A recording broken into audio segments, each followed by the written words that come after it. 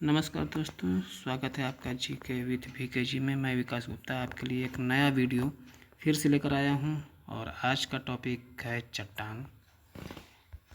चलिए देखते हैं आज हम चट्टान के बारे में, कौन कौन सी चट्टानें होती हैं, कैसी चट्टानें होती हैं और ये कैसे निर्मित होते हैं। ठीक है, तो आगे बढ़ते हैं बिना समय गवाए। अगर वीडियो अच्छा लगा हो तो इसे लाइक और शेयर कमेंट ज़रूर भी करिएगा। जो भी कमियां हों वो भी बताइएगा इसमें। और आगे बढ़ते हैं, हम शुरुआत करते हैं यहाँ से चट्टान के बारे में।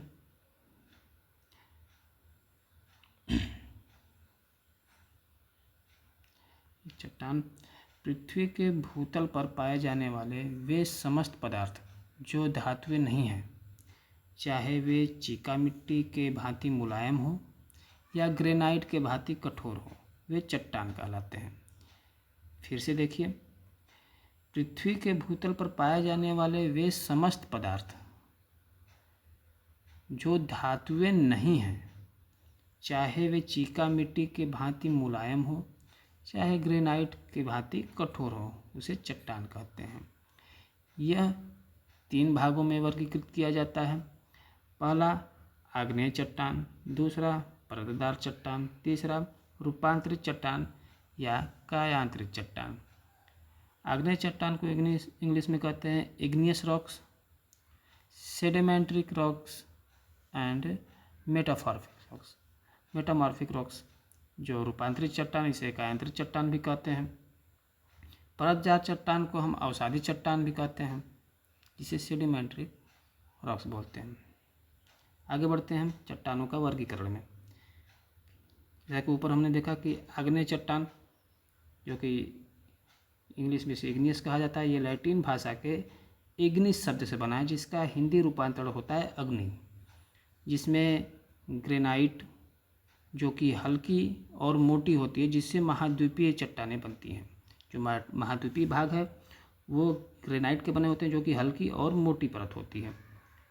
दूसरा जो बेसाल्ट होता है आग्नेय चट्टान, बेसाल्ट आग्नेय चट्टान भारी होता है और पतला होता है, जिससे महासागरीय बेसिन बनती है।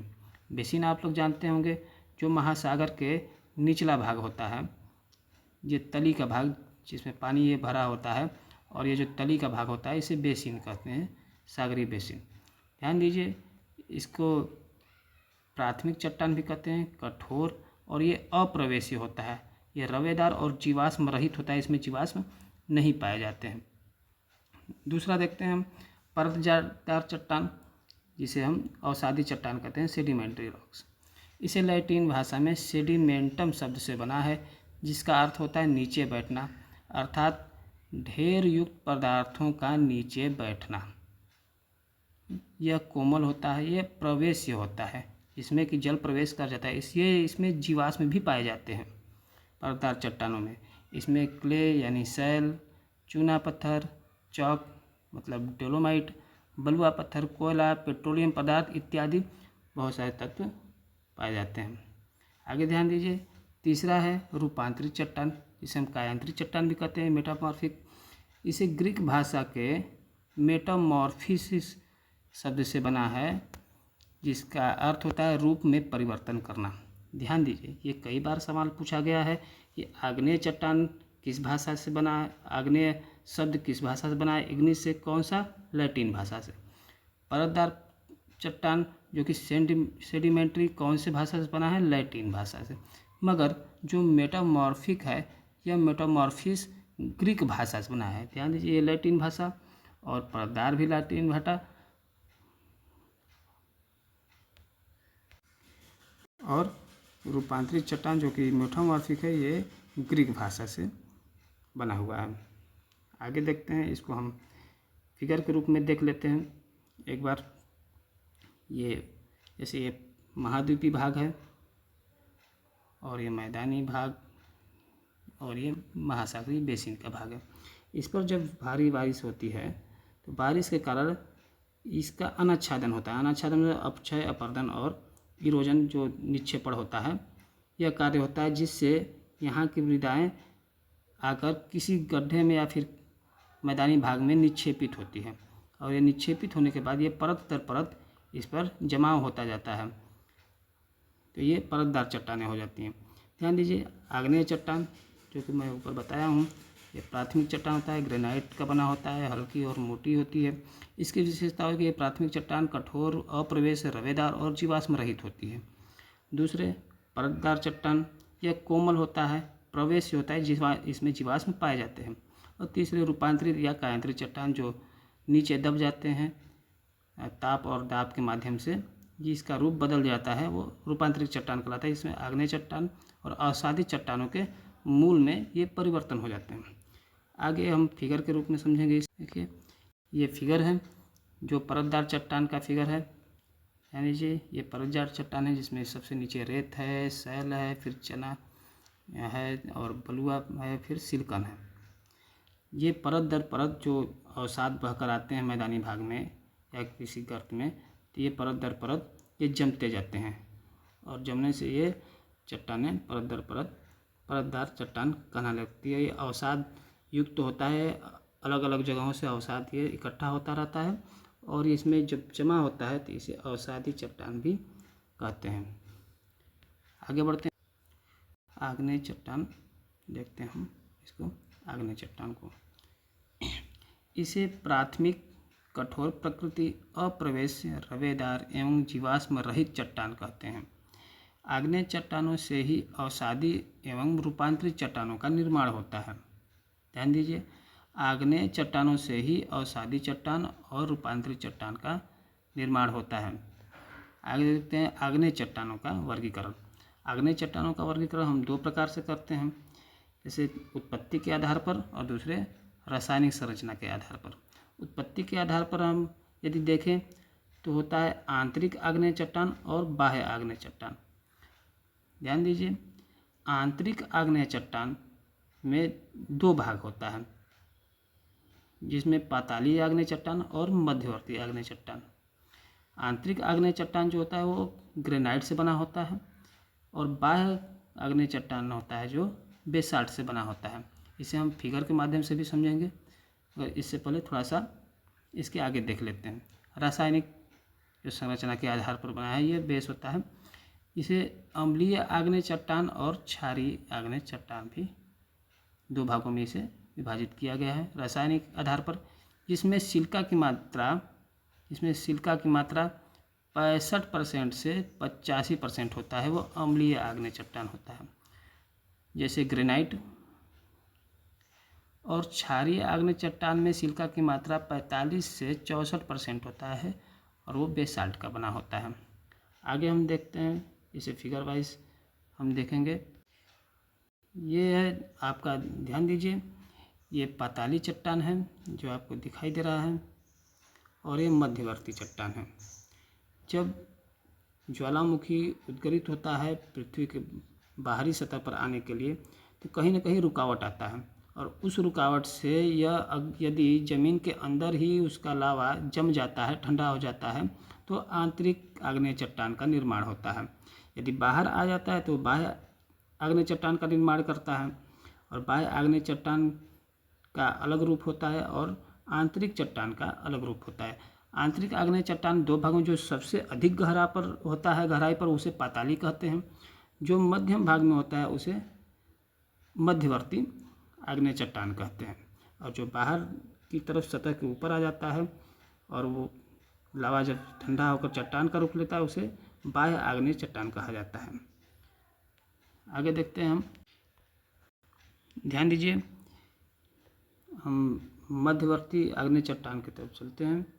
मध्यवर्ती आग्नेय चट्टान के रूप में इसको अलग अलग भागों में भी देखा जाए। जो मध्यवर्ती भागों में आग्नेय चट्टान अलग अलग रूपों में दिखाई देता है, जिसमें अलग अलग आकार का होता है और अलग अलग आकार पर इसको अलग अलग नाम दिया गया है। जो गुंबदाकार चट्टान पाया जाता है मध्यवर्ती आग्नेय चट्टानों में, उसे बैथोलिथ कहा जाता है। जो भित्ति शिला के आकार का पाया जाता है उसे डाइक कहा जाता है। जो छत्रक शिला के आकार का या मशरूम आकार का प्राप्त होता है उसे लोकोलिथ कहा जाता है। जो तस्तरी नुमा आकृति के में प्राप्त होता है उसे लोपोलिथ कहा जाता है। जो लहरदार आकृति में पाया जाता है उसे फाइकोलिथ कहा जाता है। और जो पत्रक शिला या सील के रूप में पाया जाता है उसे सील कहा जाता है। ध्यान दीजिए फिर से, जो गुम्बदाकार होता है बैथोलिथ, जो भित्ति शिला होता है वो डाइक होता है, जो छत्रक शिला के रूप में होता है वो लोकोलिथ होता है, जो तस्तरी नुमा आकृति होता है वो लोपोलिथ कहलाता है, जो लहरदार आकृति होता है उसे फाइकोलिथ कहा जाता है, और जो पत्रक शिला के रूप में होता है उसे सील कहा जाता है। इसका एक रूप हम फिगर के माध्यम से भी देखेंगे। आगे देख ध्यान दीजिए, ये जो गुम्बदाकार आकृति में दिखाई दे रहा है ये है बैथोलिथ, और ये जो लंबवत दिखाई दे रहा है ये है डाइक।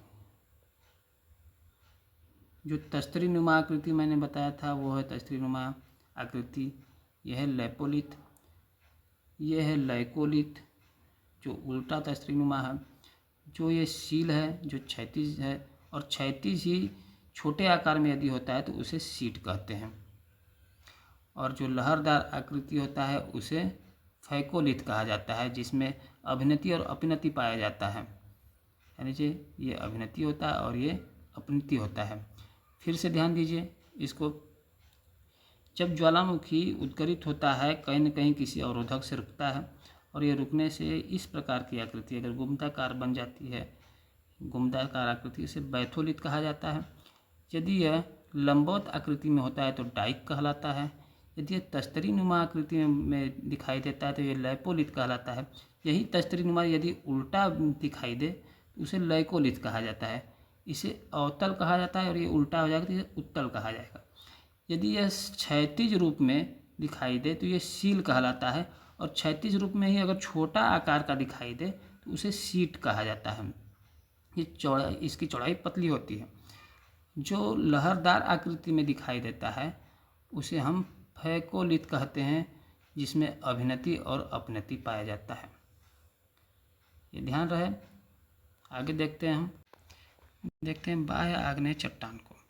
बाह्य आग्नेय चट्टान जो कि आप लोगों को बता चुका हूँ, जब यह पृथ्वी का सतह है और पृथ्वी के भूपर्पटी के नीचे जो प्रवार का भाग है, मेंटल का भाग है, यहाँ पर मैग्मा है।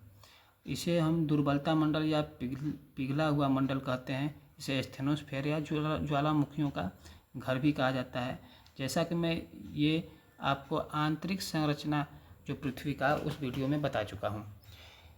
यहाँ से जब ज्वालामुखी बाहर की तरफ सतह के ऊपर जब प्रवेश करता है तो यहाँ से ज्वालामुखी जब उद्गरित होता है इसे बाह्य आग्नेय चट्टान कहते हैं, जो सतह के ऊपरी भाग पर जाता है। इसके अलावा होता है इसे काली मृदा और काली कपासी मृदा भी कहते हैं जब यह अपर्दित हो जाता है। तो यह बाह्य आग्नेय चट्टान कहलाता है, जो कि बेसाल्ट का बना होता है। यह ज्वालामुखी चट्टान भी कहा जाता है, यह ध्यान रहे। आगे देखते हैं क्षारीय आग्नेय चट्टान।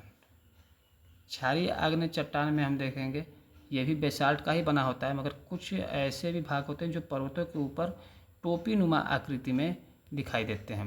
ये जो टोपी नुमा आकृति में दिखाई दे रहा है इसे कहते हैं मेसा, और ये अपर्दित होकर जब छोटा भाग में हो जाता है तो इसे हम कहते हैं बूटी। ध्यान रहे, ये है बूटी और इसे हम मेसा कहते हैं। यह बेसाल्ट का बना होता है, इसे बेसाल्ट का टोपी भी कहा जाता है। आगे देखते हैं हम, आगे देखिए आग्नेय चट्टान। आग्नेय चट्टान आर्थिक एवं धातु खनिज के दृष्टि से सबसे महत्वपूर्ण होती है। भूपर्पटी यानी कि क्रस्ट में इसका योगदान सर्वाधिक 2/3 होता है। ध्यान दीजिए, भूपर्पटी जो सॉइल सरफेस है, देखो भूपर्पटी क्रस्ट होता है, भूपृष्ठीय सॉइल सरफेस जो कि पृथ्वी के ऊपरी भाग पर जिस पर वनस्पति जीव जंतु रहते हैं में सर्वाधिक परतदार और अवसादी चट्टान का योगदान होता है। जाहिर सी बात है, जो आग्नेय चट्टान जो ज्वालामुखी से लावा से निर्मित होता है, इसके ऊपर जो पाया जाता है पृथ्वी के ऊपर, यह अवसादी भाग पाया जाता है, जो कि इसे अवसादी परत कहते हैं। और इस भूपर्पटी के ऊपर पूरा विस्तृत होता है, इसे भूपृष्ठ कहा जाता है। और यह भूपृष्ठ सर्वाधिक मात्रा में पाया जाता है आग्नेय चट्टान के ऊपर, इसे अवसादी चट्टान भी कहते हैं। इसका योगदान 75%, मतलब कि 3/4 होता है। अब आइए अवसादी चट्टान पर। अवसादी चट्टान देखते हैं। चट्टान पुड़ के एकत्र होकर ढेर युक्त पदार्थ के जमाव को परतदार चट्टान कहते हैं।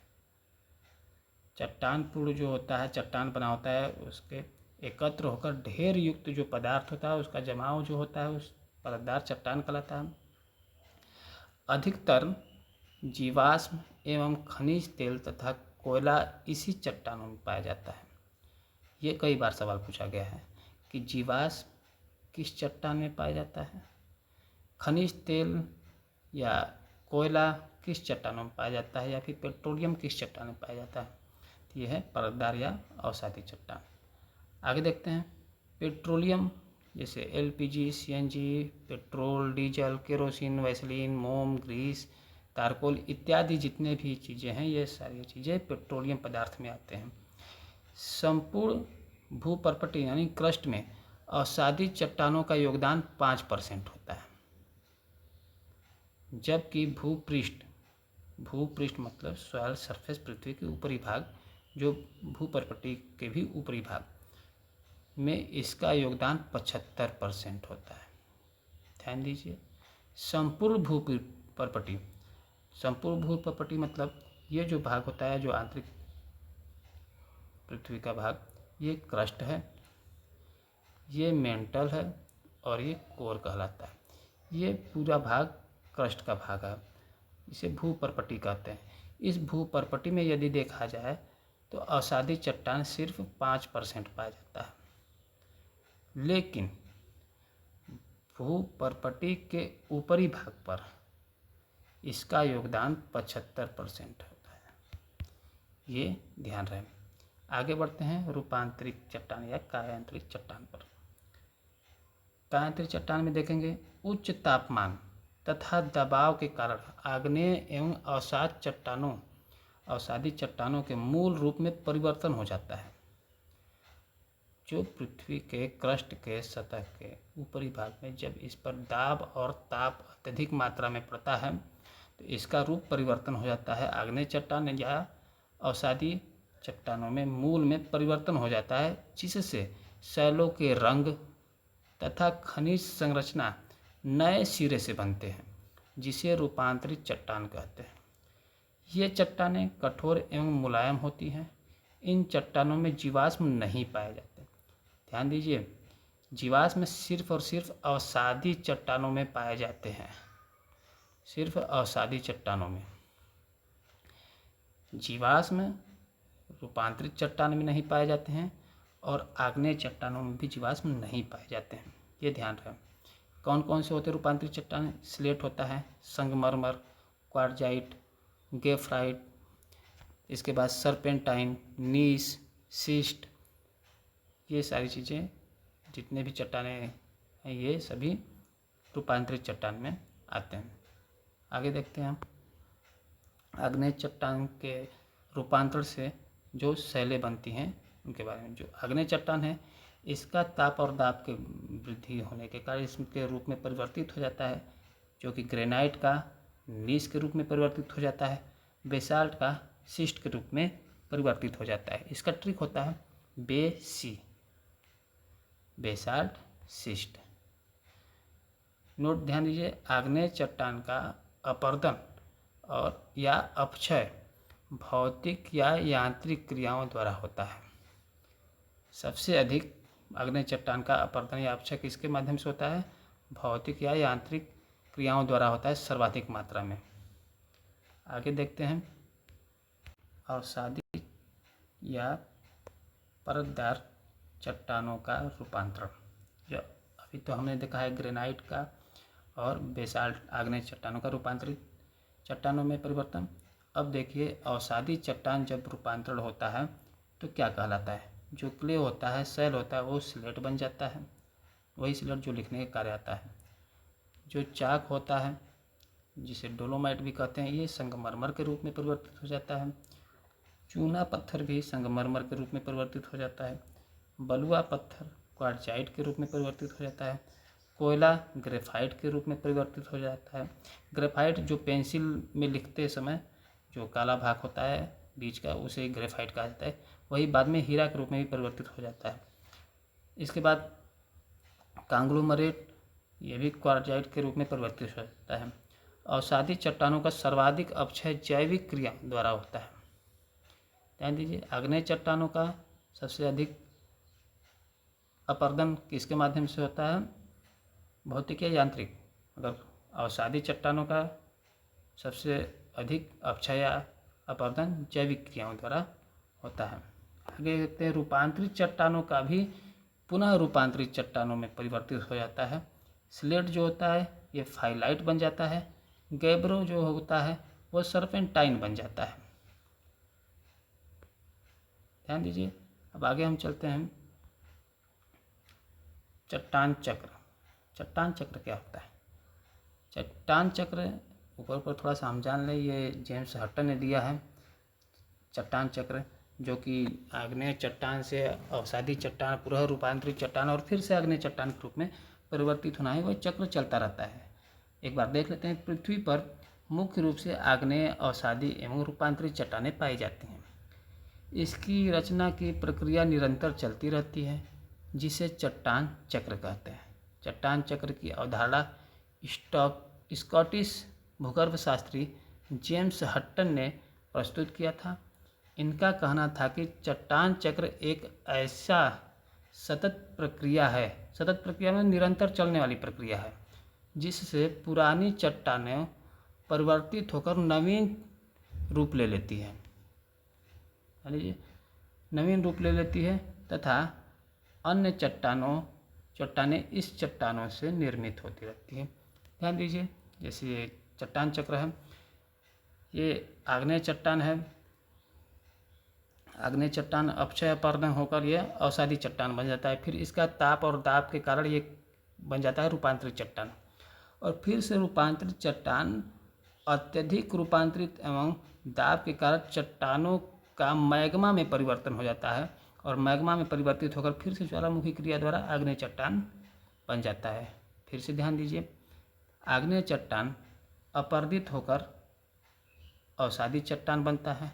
अवसादी चट्टान या फिर आग्नेय चट्टान डायरेक्ट ही ताप वृद्धि और दाब के कारण रूपांतरित चट्टान में परिवर्तित हो जाता है, और अत्यधिक यदि इस पर ताप और दाब डाला जाए तो यह पुनः रूपांतरित चट्टान लावा में परिवर्तित हो जाता है, और लावा फिर से आग्नेय चट्टान में ठंडा होकर बन जाता है।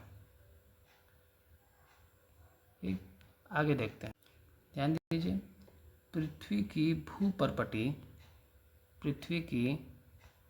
भूपर्पटी लगभग 2000 प्रकार के शैलों या खनिजों से निर्मित है, लेकिन केवल 6 खनिजों का अंश सर्वाधिक रहता है। सबसे अधिक फेल्सपार जो सर्वाधिक मात्रा में होता है। स्फटिक या कार्जट ये सबसे कठोर होता है, दूसरे नंबर पर होता है। पायरोक्सिन्स, एम्फीबोल्स, अभ्रक जिसे माइका भी कहते हैं, और छठा ओलिविन। ये 6 खनिज होते हैं जो सर्वाधिक मात्रा में पाए जाते हैं। आज के लिए इतना ही, और इसका विस्तृत यदि आपको वीडियो चाहिए तो कमेंट में ज़रूर लिखें। विस्तृत रूप से 1 घंटे का पूरा एक इसमें पढ़ाया जाएगा। ये आपका हुआ समाप्त। यदि आप कहेंगे तो और भी डीप स्तर में इसको हम समझा देंगे, एक और वीडियो लाएंगे और अच्छा। और आपको जो भी कमियां दिखें या फिर अच्छाइयाँ दिखें, लाइक कमेंट ज़रूर करें और इसे अधिक से अधिक शेयर करें। धन्यवाद।